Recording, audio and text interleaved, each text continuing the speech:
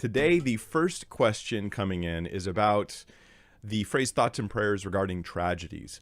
And so let me read it to you. This comes in from an anonymous source saying, following a tragedy, people will often say, quote, our thoughts and prayers are with all those who are affected, unquote, which is often followed by angry or mocking non-believer comments such as, your prayers clearly aren't working, do something that will actually help, like changing the laws. What are some proper biblical ways to respond to that sort of position? This is one of those areas where people get immediately heated so fast, like they get, and on both sides, I think this can be the case, but people get heated, upset, angry so quickly that having a calm, thoughtful discussion where we have like a nuanced view of an issue, it's a little difficult, but I'm going to try anyways. So here's at least my thought process on this and for you guys to consider. So sometimes it can be helpful to affirm areas of agreement with individuals. And actually, if you're going to criticize certain prayers, the Bible's like pretty big on that too.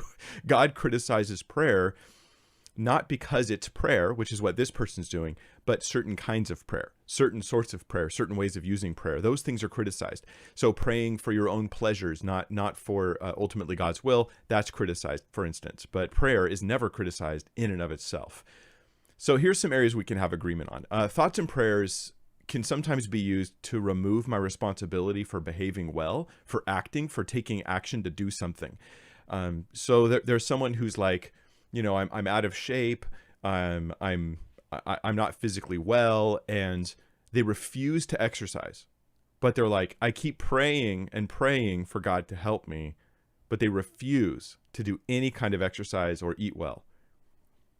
That's where prayer is actually being used. Now, I'm not saying the prayer is inherently wrong. It's inherently good. But that's where prayer is being used, perhaps, as a Band-Aid to take away my personal responsibilities. So that what I'm doing is I'm sort of, it's implied that this thing's not happening because it's not God's will, but yet I have some actions I should and could take that would perhaps make a big difference. In fact, maybe that's one reason why the prayer is not being answered, is because I'm withholding myself from responsibility. So an example of this is James chapter 2, verses 15 and 16. So we want to learn to think biblically about everything, so let's bring scripture into it, right? James 2, 15 and 16 says, if a brother or sister is poorly clothed and lacking in daily food. So these are essentials, right? Clothing and food. And one of you says to them, go in peace, be warmed and filled.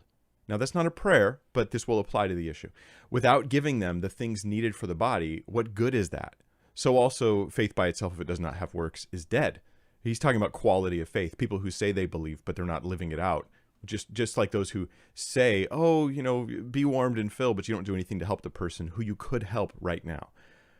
That is a criticism that is proper about the way that some people handle prayer. Another scripture that weighs in on this is 1 John chapter 3, verse 18.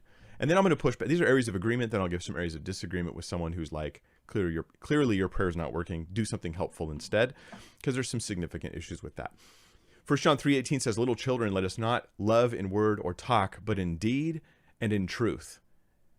So the Bible recognizes, right? And every Christian should recognize there's a danger in loving with just my mouth, in loving in ideas, loving in cliches, and loving with my statements, but not actually behaving in godly and loving ways that actually help a person in the situation they're going through.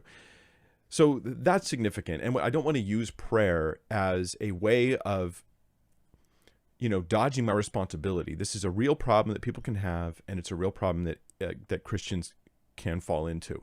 So that's for real. There's another situation where thoughts and prayers can be happening while they're in continual rebellion to God. And this we have lots of scripture on. I'll just summarize for you. Isaiah, Jeremiah, and Hosea, for instance, are three prophets who specifically rebuke the people for praying, not all prayer, but for praying while their lives are in rebellion to God, praying for God to help when the thing they're going through because of their sinful rebellion against God. And so this is that's actually a big issue. If my life is inconsistent with the will of God, yet I'm praying for God's blessings, that's a problem.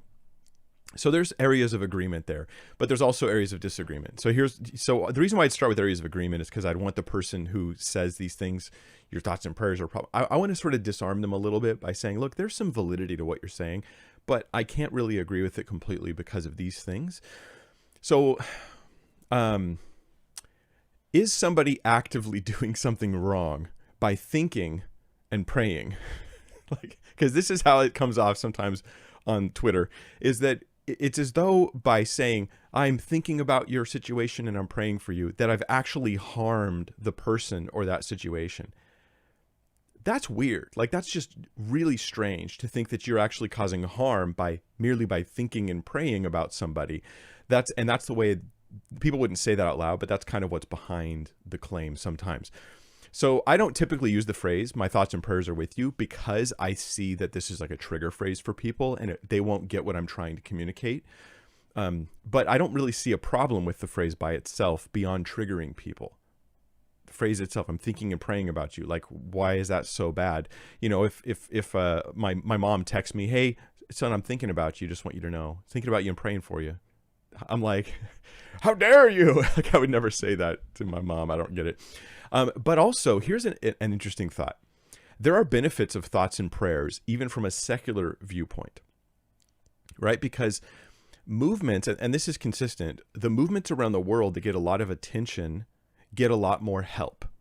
So you could look at the troubles that go on in the world that you're aware of, things that everybody knows about, and they tend to get more attention. They're in the news, they're on people's Twitter feeds, they're writing, my thoughts and prayers are in this situation.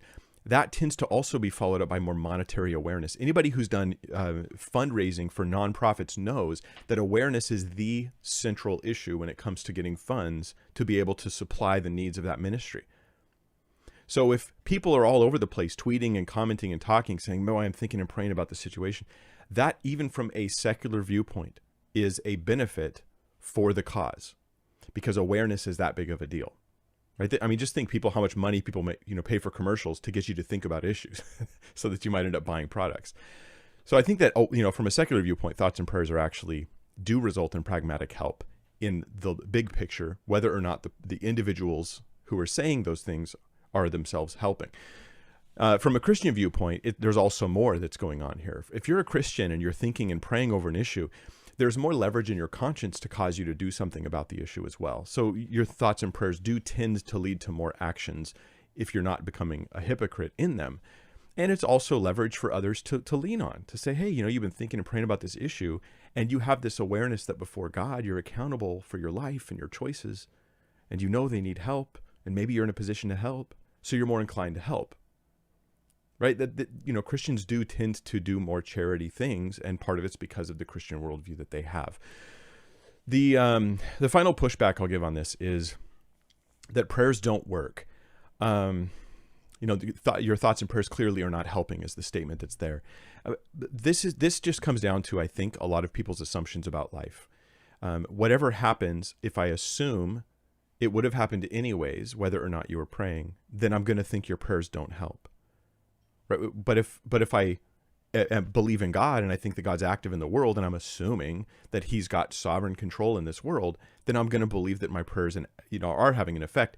But here we're just arguing from our assumptions, and for that, I mean, you might recommend. I had it over here somewhere. I thought, Craig Keener's book. Maybe it's on the bookshelf back there. I don't know. I move my books around sometimes.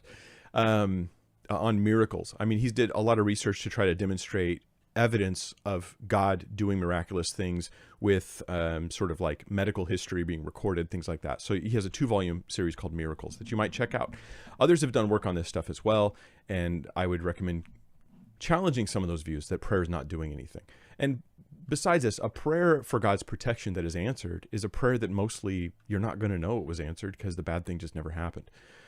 So yeah, it's just a presumption, and we shouldn't treat God as a vending machine. If you input enough prayers, you get a certain response. He's not a vending machine. It's kind of like you guys. If you all comment on a video, do this, Mike, do this thing, it doesn't mean I'm going to do it. I have, my own decision making about what I will respond to and what not to respond to. Anyway, I hope that this helps a little bit, like disarm a little bit with some agreement, but don't go overboard with that and then offer some pushback from a secular viewpoint. Unless you're just angry at people being religious, which is some people are, it does help, even just when people are thinking and praying. It will, globally speaking, end up with more attention on an issue that will increase the funding and the works that are done to help impact that issue.